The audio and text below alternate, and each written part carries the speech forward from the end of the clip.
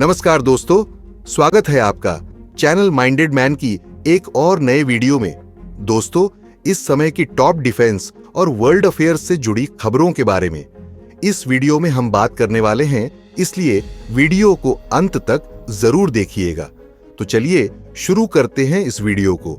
और अगर आप चैनल पर पहली बार आए हैं तो नीचे दिए गए सब्सक्राइब बटन को प्रेस कर बेल आइकन को दबा लें, जिससे हमारी डेली ऐसी वीडियो आप तक सबसे पहले पहुंच सके। हमारी पहली खबर बांग्लादेश, भारत और चीन को लेकर सामने आ रही है। दरअसल जिस तरह से लगातार हिंदुओं के ऊपर बांग्लादेश के अंदर अत्याचार हो रहा है, उसको देखते हुए भारतीय सरकार अब एक्शन में आ चुकी है। भारतीय प्रधानमंत्री नरेंद्र मोदी ने इस मुद्दे में एंट्री करने के बाद यूनाइटेड नेशन से लेकर बड़े बड़े देश अब हिंदुओं की आवाज बन रहे हैं। यूनाइटेड नेशन, जिसने इस पूरे मुद्दे पर चुप्पी साधी हुई थी, वह भी इस मैटर पर अब बोलने पर मजबूर हो गया है। शेख हसीना के इस्तीफे के बाद बांग्लादेश में कई हिंदू मंदिरों, भारतीय सांस्कृतिक स्थलों और हिंदू समुदाय के लोगों के घरों पर हमला हुआ। कई भारतीय नागरिक, छात्र, व्यापारी भी वहां फंस गए हैं। वहीं पर आपको यह जानकर हैरानी होगी कि बांग्लादेश के अंदर जो मंदिर तोड़ा गया है, अगर उस मंदिर के इतिहास को देखें तो 1971 में जब बांग्लादेश को आजादी पाकिस्तान के अत्याचारों से मिली थी और बांग्लादेश नया देश बनकर सामने आया था, उस समय बांग्लादेश के अंदर बेहद ज्यादा भुखमरी थी। उस समय इस्कॉन के जो मानने वाले थे, पंडित रविशंकर, जो कि एक म्यूजिशियन भी थे, वह और उनके दोस्त ने बांग्लादेश की मदद के लिए न्यूयॉर्क के अंदर बांग्लादेश के नाम पर कॉन्सर्ट किया, जिसमें उनके द्वारा उस समय $2.5 लाख जुटाए गए। वहीं सभी पैसे को इस्कॉन की संस्था को भेजा गया, जिसने कई सालों तक हर उस बांग्लादेशी को खाना खिलाया जो कि भूखा था। इस्कॉन, जो कि एक हिंदू मंदिर है, उसने % से ज्यादा मुस्लिम आबादी वाले देश में बिना किसी धर्म जाति पूछे इतने साल सेवा की, और उसके परिणाम में बांग्लादेश के अंदर इन लोगों ने उस मंदिर को तोड़ डाला। इतना ही नहीं, ये लोग बांग्लादेश में पढ़ने वाले छात्रों के हाथ से पुस्तकों को फाड़ रहे हैं और फोर्स कर रहे हैं एक ही पुस्तक पढ़ने के लिए। इतना ही नहीं, इस दंगे को भड़काने वाले छात्र संगठन की तरफ से कहा गया है कि यह देश अब कुरान से ही चलेगा। वहीं दूसरी ओर भारत को देखा जाए तो भारत के फॉर्मर फॉरेन मिनिस्टर यह कहते हैं कि भारत भी जल्द ही बांग्लादेश बनेगा।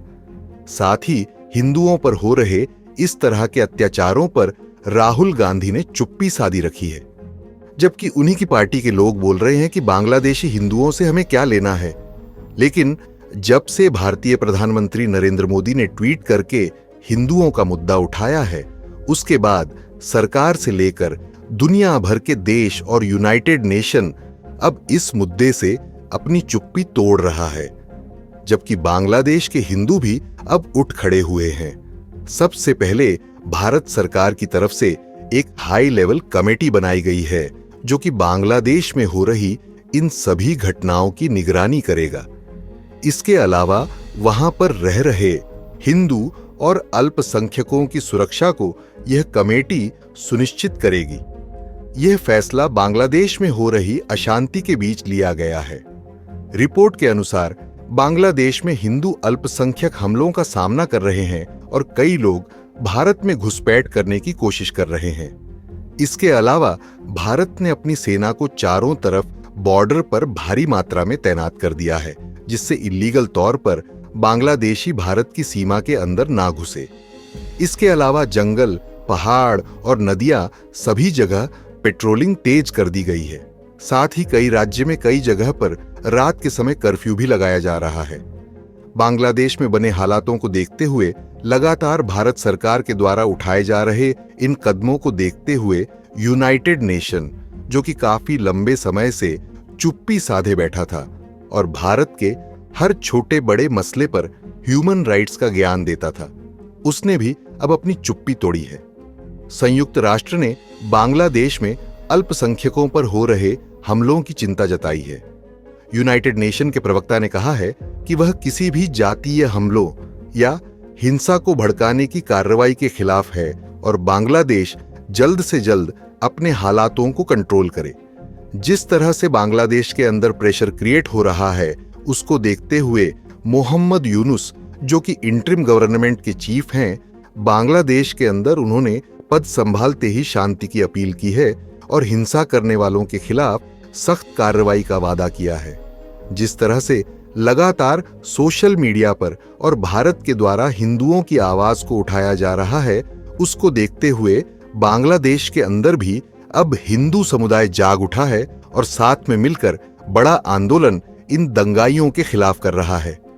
इसके अलावा बांग्लादेश नेशनलिस्ट पार्टी बीएनपी ने बांग्लादेश की पूर्व प्रधानमंत्री और अवामी लीग के नेता शेख हसीना को शरण देने के भारत के फैसले पर नाराजगी जाहिर की है। खालिदा जिया के नेतृत्व वाली बीएनपी ने शुक्रवार को कहा कि शेख हसीना के ढाका से भागने के बाद भारत ने जिस तरह से उनकी मेजबानी की है, वह चिंता को बढ़ाने वाला है। पार्टी ने कहा है, भारत फिर से हसीना की सत्ता में वापसी चाहता है और इसके लिए उनको समर्थन कर रहा है। यह ठीक नहीं है। खालिदा जिया बांग्लादेश की राजनीति में बीते कई दशक से शेख हसीना की मुख्य प्रतिद्वंदी रही है। उनकी तरफ से कहा गया है कि भारत को शेख हसीना को हमें सौंपना चाहिए और हमसे अपने संबंधों को सामान्य करने की कोशिश करनी चाहिए। ऐसे में अब सवाल उठता है कि क्या भारत को शेख हसीना को बांग्लादेश को सौंपना चाहिए और अपनी दोस्ती को बेहतर करने की कोशिश करनी चाहिए, या फिर हमें ऐसा नहीं करना चाहिए? इस पर अपनी राय कमेंट बॉक्स में लिखकर बताइएगा। वहीं पर दोस्तों, बांग्लादेश में बने इस तरह के हालातों का फायदा अब चीन भी उठाने की फिराक में नजर आ रहा है और अपनी साजिश को तेज कर दिया है। ताजा रिपोर्ट के मुताबिक भारतीय महासागर में कम से कम 3 चीनी रिसर्च जहाज सक्रिय हैं। इन जहाजों के नाम है शियांग यांग होंग, 03 झांग जांदा और युआन वांग 7। इन जहाजों की गतिविधियों को लेकर कई सवाल खड़े हो रहे हैं। शियांग यांग होंग 03 यह जहाज चीन के महासागरीय रिसर्च जहाजों में शामिल है।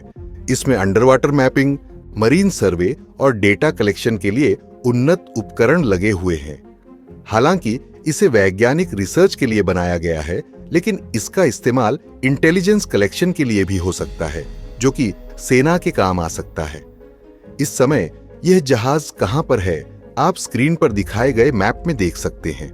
इसके अलावा जॉन जांदा से यह जहाज सुनीत सेन विश्वविद्यालय के नाम पर है और महासागरीय रिसर्च करता है, लेकिन इसे रणनीतिक निगरानी के लिए भी इस्तेमाल किया जा सकता है। इसका भारतीय महासागर में काम होना चिंता का विषय भारत के लिए है। वहीं तीसरा और अंतिम जहाज, जिसको सबसे ज्यादा खतरनाक मैं मानता हूं, वहीं पर इस जहाज से आप सभी वाकिफ होंगे, क्योंकि कई बार इसके अलग अलग वेरिएंट श्रीलंका के बंदरगाहों पर आ चुके हैं। यह है युआन वांग 7।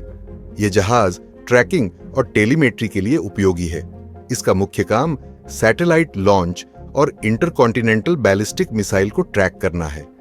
इसका भारतीय महासागर में होना चीन की रणनीतिक रुचि को दिखाता है, खासकर स्पेस और मिसाइल गतिविधियों के संदर्भ में।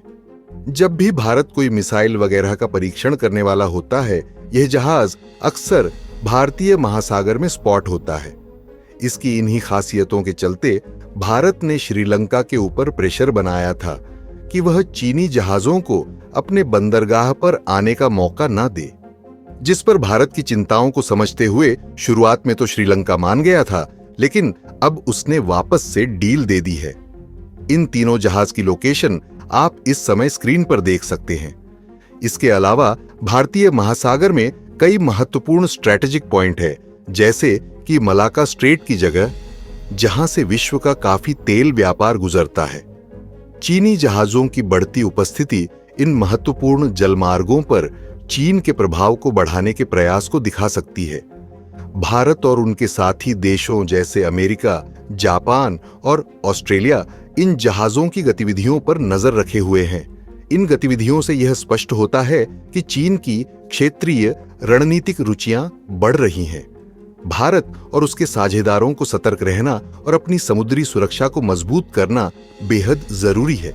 अमेरिका की तरफ से भी यह चेतावनी कई बार दी जा चुकी है कि लगातार चीनी जहाज का हिंद महासागर में आना यह चीन की एक बड़ी साजिश का हिस्सा है और वह इस क्षेत्र को कंट्रोल करने की कोशिश में है।